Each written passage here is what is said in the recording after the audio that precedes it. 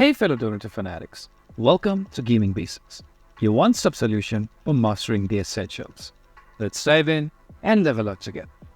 In this video, I'm going to show you how to make the area effect or AoE of your spells bigger in Dota 2. To do so, first you need to hop into a game and then go to your shop by clicking here, search for an item called Bloodstone, like so. As you can see, it's going to cost you 4400 gold. And the recipe includes Voodoo Mask, Vitality Booster, Energy Booster, Point Booster, and Void Stone.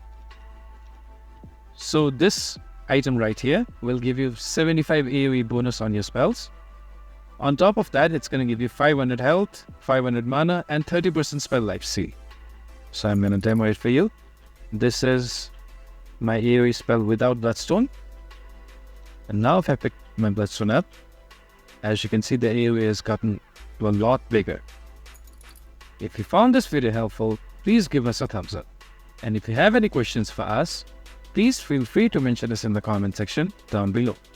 Also, don't forget to hit that subscribe button and ring the notification bell so you never miss out on our latest guides and tutorials. This has been your host Ace. Happy gaming!